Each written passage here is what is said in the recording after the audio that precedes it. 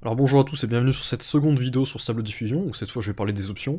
Donc la première c'était l'installation, et donc cette fois on va venir ici pour expliquer un petit peu à quoi ça sert tous ces boutons, toutes ces options, et c'est quoi leur coût sur les performances, et donc qu'est-ce qu'il faut sélectionner quoi. Donc pour commencer tout simplement, en haut on a les modèles qu'on peut choisir, donc ça je le rappelle. Ensuite, là on a texte ou image, on regardera les options d'ici, on regardera les options dans Extra, dans PNG Info, et on finira par les settings. Image to image, je vais pas en parler parce qu'en fait c'est un mode qui permet de faire des trucs spécifiques, mais genre, franchement c'est tellement compliqué que je trouve que c'est pas utile. En plus ça demande assez de puissance sur la carte graphique. Checkpoint Merger, Additional Network, et ça normalement vous l'avez pas instruct Pix to Pix, c'est un mode que j'ai mis, c'est pour entraîner des modèles. Donc si vous avez pas une carte graphique de malade et que vous débutez, normalement ça vous intéresse pas. Donc on revient à text to image. Donc déjà pour commencer, la sampling méthode, donc ça c'est l'un des paramètres les plus importants, c'est en fait quel algorithme vous allez choisir pour générer votre image. Et donc c'est important parce que vous avez des algorithmes qui sont rapides et vous avez des algorithmes qui sont lents. Donc en fonction de ça, eh bien il va peut-être falloir privilégier un sampler par rapport à un autre. Et chaque sampler vous donnera de toute façon une image un peu spécifique à lui, mais je vous mettrai un tableau pour que vous compreniez. Mais grosso modo, vous avez la liste des samplers rapides et vous avez la liste des samplers lents, c'est ça qu'il faut retenir. Donc déjà dans la liste des samplers, on peut voir que les samplers rapides ils sont en moyenne 2 fois plus rapides que les samplers lents. Et dans les samplers rapides, mais directement, ce qui nous choque, c'est le Euler A et le DPM Fast, qu'on voit qu'on peut obtenir des résultats très différents des autres, et donc c'est potentiellement eux les plus intéressants. Si on va dans les samplers lents, par contre, on voit que DPM2 UN et DPM2 Keras, ils sont pas très intéressants, parce que vous avez à peu près le même style dans les samplers rapides, sauf que là ça met 2 fois plus longtemps en termes de perf. Et évidemment, dans les samplers lents, c'est là où vous allez avoir les meilleurs samplers, on va dire, pour avoir un style prédéfini. Donc je pense par exemple au DPM++ SDE Keras, qui lui, il est très aimé dans la communauté, il y a beaucoup de retours sur lui, il y a beaucoup de gens qui n'utilisent que lui, mais grosso modo, donc c'est ce que ça donne dans les samplers lents. Donc vous avez pas mal de styles différents, et c'est à vous de tester qu'est-ce que vous préférez, et lequel vous trouvez qu'il a le meilleur style. Donc ça c'est plutôt personnel, mais voilà. Ensuite, on a la sampling step. Sampling step, c'est tout simplement le nombre d'étapes qu'on demande à votre image avant d'être générée. Donc plus vous montez ce paramètre, plus le temps de génération il sera long. Si vous avez une OS carte graphique, si par exemple avec 20 steps ça vous demande 1 minute, avec 40 steps ça vous demande 2 minutes. C'est aussi simple que ça. Alors généralement, pour avoir une image de qualité, c'est entre 25 à 35, voire pour certains samplers 50 steps. Mais moi je fais mes sampling steps à 30 généralement et ça passe très bien. Ensuite, ça c'est la taille, évidemment, largeur et hauteur, donc ça c'est, on s'en fout, c'est pas important. Ensuite, vous avez le batch count et le batch size. Alors ça c'est tout simplement le nombre de générations que vous voulez. Alors je vous encourage plutôt à utiliser le batch count si vous voulez générer, parce qu'en fait, lui vous pouvez monter jusqu'à par exemple 100 images, et il va vous générer les images les unes après les autres. Par contre, le batch size, il va essayer de le faire en même temps. Donc là, vous pouvez le monter jusqu'à 8 maximum, et je vous décourage de le faire ça, parce qu'en fait, généralement, vous allez... généralement, ça va vous mettre out of memory, ça peut pas générer l'image. Donc je vous conseille plutôt de rester sur batch count, parce que moi j'ai fait des tests en plus, il n'y a pas vraiment d'optimisation visée des deux, c'est-à-dire que moi mon PC il peut en générer 5, mais que j'en fasse 5 comme ça, ou que j'en fasse 5 comme ça, je dois être à 30 secondes d'écart sur les performances au final, quoi. Ensuite, on a le CFG Scale. Le CFG Scale, donc ça permet en fait de dire à quel point votre prompt doit être respecté. C'est-à-dire que si vous l'avez très bas, donc généralement très bas c'est à 7, vous laissez pas mal de liberté au logiciel pour générer l'image un peu comme il veut et ajouter des éléments nouveaux ou pas trop respecter le prompt. Et si vous commencez à le monter plutôt vers 11-12, là vous lui gueulez quand même un peu ouais, génère-moi ce que je t'ai demandé de générer. Si vous le montez trop haut, donc si par exemple vous le montez plutôt vers des 15, 17, 20, il va commencer un peu à mongoliser et à vous créer des images un peu bizarres. Généralement avec un peu trop de contraste ou il aura des problèmes. Donc je vous conseille de plutôt rester dans une fourchette entre 7 et allez 14, 15. Ensuite, on a l'acide. Alors l'acide, qu'est-ce que c'est? C'est quand en fait on a déjà généré une image et qu'on veut régénérer la même image, mais qu'on veut changer quelques petits détails dans le prompt par exemple. Donc c'est tout simplement, voilà, c'est l'acide, donc c'est la graine qui permet de générer une image qu'on a déjà générée généralement. Donc par défaut elle est à -1 parce que c'est un paramètre qui permet l'aléatoire. Ensuite, dans Extra, ici, vous pouvez faire des variations de votre seed. Donc moi, j'ai pas testé, mais bon, a priori, c'est possible. Ensuite, là, on a des paramètres intéressants. On a le Restore Face. Alors ça, c'est un paramètre qui est bien quand vous générez des visages ultra réalistes. Quand vous générez des visages plutôt manga, ça va plutôt vous faire un bug. C'est-à-dire, généralement, au niveau de la bouche, au niveau des yeux. Donc si vous êtes plutôt sur la génération réaliste, vous le cochez. Si vous n'êtes pas sur de la génération réaliste de visage, plutôt sur un style animé, plutôt sur un style dessin, vous l'enlevez. Ensuite, vous avez Chilling. Chilling, c'est tout simplement pour générer des textures. Ça fait que sur les bords de l'image, votre texture se répète. Donc généralement, c'est pas du tout utilisé pour la génération d'images, parce que ça c'est plutôt pour faire des murs de briques ou autre chose. Et IRS Fix, donc ça c'est le paramètre le plus important presque, c'est une fois que vous avez généré votre image en 512 par 512 par exemple, vous pouvez venir ici, choisir un upscaler, donc là vous en avez plein, donc je vous mettrai une liste de quoi correspond à quoi.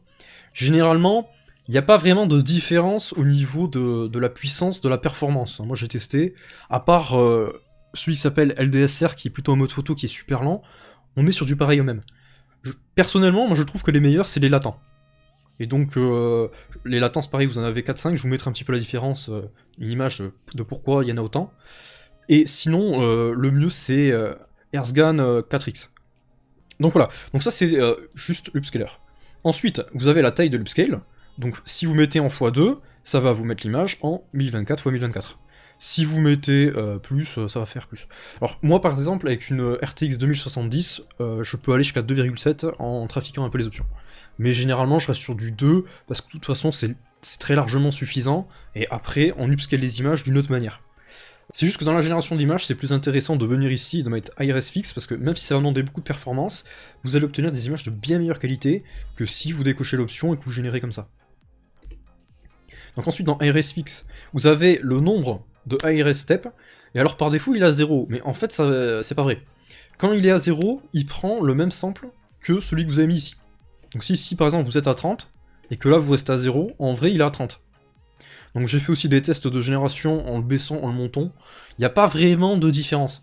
Plus vous le montez, plus l'image finale sera de qualité, mais généralement si par exemple vous êtes à 30 et que vous mettez à 30, c'est du pareil au même, vous n'avez pas vraiment, si vous le mettez à 60 au lieu de 30, vous n'avez pas un doublement de la qualité. Donc moi je vous conseille de le laisser à 0 de base pour gagner en perf. Ensuite vous avez le denoising. Alors le denoising ça sert à pouvoir être fidèle à l'image de base. C'est-à-dire que si on le mettait à 0, on aurait exactement la même génération qu'ici en 512 x 512. Et si on le monte, en fait, c'est pour l'adapter quand on génère. Alors moi ce que je vous conseille, c'est si votre modèle performe avec, vous le mettez à 0,4, comme ça vous êtes très proche de votre génération de base, et si ça pixelise, vous le montez. Donc si ça pixelise, vous le mettez plutôt à 0,5, voire vous pouvez monter jusqu'à 0,55, 0,6. Par défaut il se met jusqu'à 0,7, mais 0,7 moi je trouve que c'est un peu abusé quand même. Ensuite, Additional Network, ça ne sert à rien, parce que j'ai essayé de le modifier, j'ai essayé tout avec ça, je comprends pas comment ça fonctionne. Donc dites-vous que ça ne sert à rien. Et sur le script, ça c'est pareil, ça n'a pas vraiment d'intérêt. Par contre ici, on a des choses intéressantes. Ça, c'est pour mettre -1 en modèle H. Ouais non, ça sert à rien. Donc ça sert à rien, c'est très spécifique, vous allez pas comprendre à quoi ça sert. Ça c'est pour effacer votre prompt. Ici, ça c'est pour venir sélectionner votre textual inversion, votre hyper network, vos checkpoints aussi, et les LoRa. Alors, c'est un côté pratique parce que si vous mettez les images, donc ça je montrerai comment on fait dans la dernière vidéo, ça vous permet de savoir un peu quel modèle correspond à quoi, parce que quand c'est écrit comme ça avec des noms d'osmix, tout ça, ça veut un peu rien dire, alors que ici avec les images, vous savez un peu quel modèle vous avez à choisir, surtout quand vous en avez plein comme moi là, vous voyez que moi directement si je veux un modèle précis, par exemple le Divine Elegant Mix, que j'arrive ici pour le chercher, bon c'est un peu long, alors qu'ici je reconnais mon image, voilà, je le sélectionne et puis c'est bon. Alors ensuite, ici on a appliquer un prompt. Alors ça c'est pas mal, c'est parce que vous pouvez enregistrer en fait un prompt, donc par exemple prompt 1, ok, et ensuite, donc on va tout virer là, et ensuite vous pouvez venir ici, choisir votre style, donc c'est celui que vous avez enregistré, prompt 1, vous cliquez ici, et ça vous remet votre prompt. Alors à noter que ça vous met juste justement le prompt, hein, c'est-à-dire que ça ne vous met pas ce qu'il y a en bas, c'est-à-dire l'acide, la taille de génération, tout le reste. ensuite dans Extra. Alors Extra c'est super parce que ça permet de faire des choses qu'on peut pas faire dans texte ou image, et même à la limite c'est l'une des raisons de télécharger le logiciel uniquement pour ça. C'est-à-dire que les options dans Extra, donc c'est pour Upscale en fait, sont tellement plus intéressantes que sur Photoshop et sur d'autres logiciels que rien que pour ça, ça vaut le coup de télécharger le logiciel en fait. Donc je vais vous montrer ça, donc pour ça je vais avoir besoin d'une image. Donc je vais chercher Megumine que j'ai fait il y a pas longtemps, je fais plusieurs tests avec plusieurs modèles. C'est là par exemple. Donc en fait, donc déjà, on va regarder la taille de base. Donc là je suis à 1024 sur 1024, parce que souvent moi je fais mes générations en 512 x 2. Donc là, imaginons cette image, je la veux en plus grand. Donc j'arrive ici, Upscale 1, je choisis par exemple Earthgan, c'est l'un des meilleurs, et je lui dis x4. Ensuite, je balance la génération, et pendant la génération, je vais vous expliquer les autres options. Et ça, si vous voulez, c'est très efficace parce que ça ne va pas foirer, comme ça va foirer dans texte ou image si vous essayez de faire une génération x4, x5 en upscale. C'est ça qui est bien en fait. Donc les autres upscalers, vous avez Langzos. Alors celui-là, c'est le même que Photoshop, donc il est nul. Ensuite, vous avez Nirest. Lui, moyen. Earthgan 4X, lui, il est bien. Earthgan 4X+, lui, c'est pas mal aussi. C'est à peu près pareil. Earthgan 4X plus Anime 6B, lui, il vous donne un style animé. On va le faire dès maintenant. Pour vous montrer la différence. Ensuite, vous avez LDSR. Lui, c'est pour les photos. Alors moi, je l'utilise aussi pour les paysages. Il rajoute énormément de détails, celui-là. Mais il est extrêmement long. Donc lui, c'est plutôt 1 minute, 2 minutes, 3 minutes. Et vous avez SwinLR X4. Bon, ça, lui, je l'utilise pas trop, mais il est à peu près équivalent aux autres. Donc ça, c'est le premier upscale. Et ça, c'est le deuxième en forme animée. Mais bon, là, comme c'est déjà en animé, là, vous voyez, il y a un petit peu plus de texture. Et là, c'est un peu plus... mais sur cette image, ça se voit pas vraiment. Ensuite, vous pouvez sélectionner un deuxième upscaler. Donc ça, c'est pour donner un style ou pour agrandir encore plus.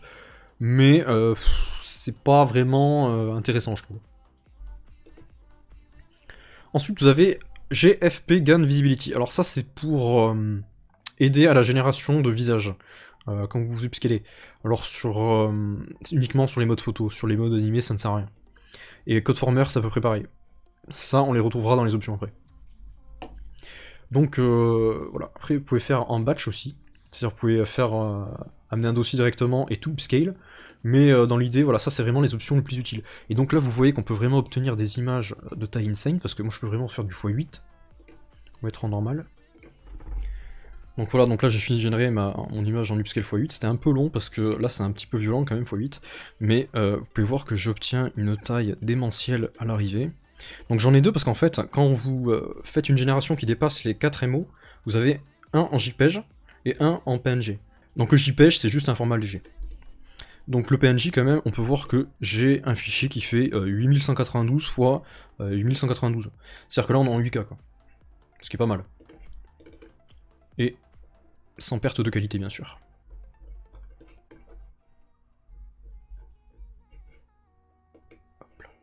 Je vais essayer aussi de vous montrer la différence avec une image photoréaliste.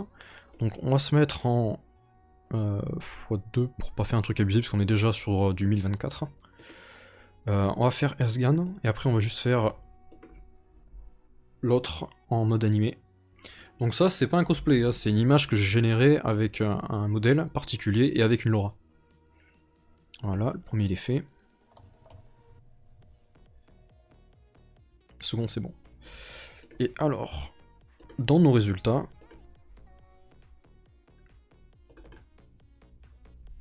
donc ça c'est le Earthgan, et ça c'est le mode animé. Donc je sais pas si ça se voit sur l'image, mais je pense que ça se verra pas avec la compression YouTube, mais en fait là si vous voulez, moi j'ai les détails de la peau, j'ai le grain sur la peau, et là on va dire c'est très lisse, là on dirait c'est plutôt Barbie quoi. Ça se voit un peu aussi sur les vêtements, le tissu. Ensuite, à PNG Info. Alors PNG Info, c'est tout simplement quelque chose qui permet de régénérer avec une certaine seed. Donc par exemple, allez, on reprend une fois notre Megumine. Et donc en fait, là vous avez tout votre prompt, et si quelqu'un, d'ailleurs, si vous téléchargez, ou si vous récupérez des images sur Twitter ou sur des sites, qui n'ont pas été modifiés, qui sont toujours en PNG, vous pouvez arriver ici, et les mettre là, et récupérer le prompt du gars. Donc pour ça, après, vous faites Send to Text to Image, Et là, ça va vous charger tous les paramètres de comment justement ça a été obtenu. Donc je vais faire lancer en même temps, comme ça on va voir.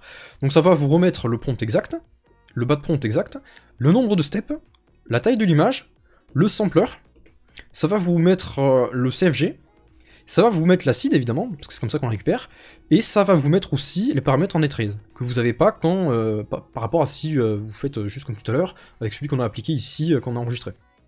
Et donc vous voyez que là, à ma génération déjà, c'est pas fini, mais on peut voir que j'obtiens la même image que ce que j'avais précédemment. Donc j'aurai peut-être il y a toujours des petits détails qui changent entre les générations, mais grosso modo, j'ai la mer derrière, la plage devant, la chaise devant, et Megumin assis sur ma chaise, ce que j'avais sur mon autre image. Donc voilà, donc là l'image elle est finie. Donc ça c'est l'image que j'ai générée, donc avec la BE pastel, hein, c'est ça qui donne cet effet, ce contraste éclatant. Et ça c'est ce qu'on avait de base. Alors comme c'est pas le même modèle, c'est pas la même image, mais si je mettais le même modèle, j'aurais eu exactement la même image. Parce que là vous voyez que le modèle c'est AOM3, et donc si je le mets, je peux le générer aussi, je vais accélérer. Et donc aussi c'est comme ça que ça permet de faire les tests entre les seeds, pour savoir comment réagit chaque modèle. Vous venez dans votre liste modèle, et avec du coup la même seed et le même prompt, vous pouvez voir comment chacun des modèles va gérer justement votre prompt. Et voilà, et là vous voyez que c'est la même image exactement qu'avant. Avec quelques détails qui changent, donc là par exemple on a des cailloux, et l'autre je crois qu'on en avait pas quoi. Si on en a aussi. Donc voilà. Ensuite, on va directement passer aux options, parce que là il y a beau rien manger. Alors pour la lisibilité du truc, je vais traduire en français avec Chrome, parce que sinon ça va être un peu compliqué pour moi. Donc dans enregistrement d'image, là vous pouvez choisir le format, donc généralement vous mettez PNG. Peut-être que JPEG ça passe, mais bon moi je conseille de le laisser comme ça. Parce que surtout que ça permet de gérer la transparence, donc c'est mieux. Ensuite, ici vous n'avez pas vraiment d'options super intéressantes je crois. Sauf une. Voilà, c'est celle-là.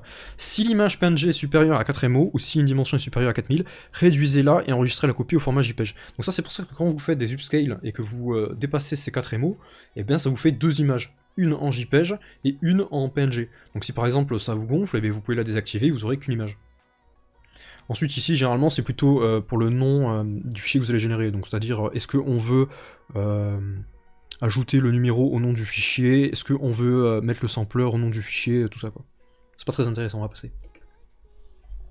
Les chemins de... alors c'est pas les chemins d'épargne, ça c'est le chemin pour sauvegarder, c'est tout simplement où vous voulez sauvegarder. Donc si par exemple moi j'ai changé le dossier, donc c'est user utilisateur sur mon bureau et un dossier particulier. Donc vous pouvez faire ça pour tout, voilà. Donc là j'ai pas besoin d'expliquer, hein, c'est juste le chemin. Ensuite, l'enregistrement dans un répertoire, ça je sais pas ce que c'est, donc on passe. Monter en puissance, qu'est-ce que c'est ça? Je vais remettre en anglais. Ouais, l'upscaling. Alors, l'upscale, en fait, c'est juste pour affiner le AirScan, qui est le principal upscaler. Donc vous pouvez toucher ici. Moi, perso, j'ai pas touché. Et vous avez pareil pour le LDSR qui est super long. C'est-à-dire que si vous voulez qu'il soit plus rapide, il faut baisser. Et si vous voulez plus de qualité, vous le montez. Et vous pouvez aussi ajouter d'autres upscalers que j'ai pas testé parce que franchement je n'ai pas l'intérêt. Vous avez le AirScan à une vidéo, celui-là, et par défaut vous avez que ces deux-là qui sont couchés. Restauration du visage. Alors ça c'est ce que je vous ai dit, c'est CodeFormer, GFPGAN, et donc en fait c'est des options qui permettent de remettre bien les yeux. Donc je vous mettrai un exemple avec une génération que j'ai fait, sans l'utilisation de cette option pour le visage, et avec. Donc dans texte ou image, ou dans les upscalers. Système. Dans système, je vous déconseille de toucher à grand chose, parce que ça c'est des trucs un peu compliqués. Dans entraînement, alors entraînement c'est quand vous créez des modes, donc vous n'en êtes pas là. Si ça vous intéresse, allez voir d'autres vidéos plus complexes. Moi j'en parle pas. Diffusion stable. Donc là on a les principaux paramètres. Et alors là par contre on peut faire quelques trucs intéressants, donc je vais vous en parler. Déjà vous pouvez mettre les modèles dans la RAM. Ça je vous déconseille fortement, parce que moi j'ai testé, et en fait ma RAM, j'en ai 16 Go, est passée de 0 à 16 direct. Et avec plusieurs secondes de latence, en fait c'est... Normalement c'est pour accélérer le procédé, mais je pense que si vous n'avez pas 32 ou 64 Go de RAM, en fait ça ralentit le procédé. Par contre, c'est intéressant de mettre la VAE dans la RAM. Quand vous la mettez pas dans la RAM, moi j'avais 2 à 3 secondes dans le chargement, donc c'est la console qui me l'indiquait à chaque fois. Et en la mettant dans la RAM, moi avec mes 16 Go, c'est vrai que je monte parfois à 12-13, uniquement du coup quand je change les modèles et les générations, mais je gagne à chaque fois, au lieu de 3 secondes, je gagne 0,2. Ça vous pouvez le faire. Vous pouvez venir ici et sélectionner votre VAE. Surtout si vous en avez qu'une. Ensuite, force du masque, ça j'en parle pas. Le saut de clip, je l'avais pas expliqué dans la vidéo, mais en fait, plus vous avez le saut de clip qui part loin, c'est-à-dire vers 4, 5, 6, comme ça, et plus en fait, ça va dévier un peu du prompt de base. Et donc, avec une génération sans utiliser de l'aura, en mettant un prompt avec Ereshkigal, le personnage de Fate par exemple, vous voyez qu'au début, quand je suis à 0, j'obtiens... enfin, 0 vous pouvez pas être à 0, mais quand vous êtes à 1, j'obtiens une Ereshkigal. À 2, c'est le mode de fonctionnement conseillé par les mecs qui ont créé Stable Diffusion. Et plus je vais vers des valeurs élevées, et plus en fait, Ereshkigal ne ressemble plus à Ereshkigal. Voilà. Compatibilité, ici, vous touchez à rien. Option d'interrogation. Alors, qu'est-ce qu'on a là? Ici, il n'y a rien à changer. Réseau. Ici, on s'en fiche, aussi, c'est pas intéressant. Interface utilisateur. Interface utilisateur, c'est pas très intéressant aussi, il n'y a pas trop de raison de changer les options là. Aperçu direct, afficher la barre de progression, afficher des aperçus directs et l'image créée. Ouais, alors ça, je crois qu'il y en a qui le désactivent parce que ça permet d'économiser de la VRAM, mais sinon, il n'y a pas trop d'intérêt. C'est-à-dire que vous verrez pas la génération en direct, mais soi-disant, ça permettrait de générer plus facilement à des tailles plus grandes. Paramètres de l'échantillonneur. Ici vous pouvez changer un petit peu tous les échantillonneurs, les bidouiller. Moi je vous conseille pas, j'ai pas testé non plus. Et en bas vous avez la delta grain état bruit que je vous avais dit de mettre 31 337 pour retrouver celle de Nai. Donc nouvelle IA. Post-traitement, ici il n'y a pas grand chose à dire non plus. Réseau supplémentaire. Ça c'est pour les LoRa, mais en plus il faut installer quelque chose, je suis même pas sûr que vous ayez ça. Instruct Pick-to-Pix, ça vous l'avez pas normalement, c'est parce que moi j'ai testé un mode, mais bon j'ai arrêté parce qu'il fallait une 3080 et il fallait 42 Go de RAM, donc ça marchait pas. Action et licence, ben là après y a rien. Donc ben voilà, donc on a fini toutes les options, donc c'était tout pour aujourd'hui, donc voilà. Donc la prochaine vidéo ce sera sur les LoRa, pour justement générer un personnage précis, comme par exemple Megumin, et ça se fera aussi à partir de ça, donc on verra les textuels inversion, les hyper réseaux, les checkpoints, vous savez ce que c'est, et les LoRa qui permettent de générer soit des personnages, soit des poses précises, soit d'imiter un style précis, et donc ça ce sera pour la dernière vidéo. Et voilà, donc c'était tout pour aujourd'hui, donc si vous avez apprécié la vidéo, n'hésitez pas à vous abonner, et je vous rappelle aussi qu'à la base on a une chaîne de manga et d'anime, et donc je vous encourage aussi à aller voir nos autres contenus, qui pourraient aussi peut-être vous intéresser. Et donc sur ce, c'était tout pour aujourd'hui, et je vous dis à plus les amis.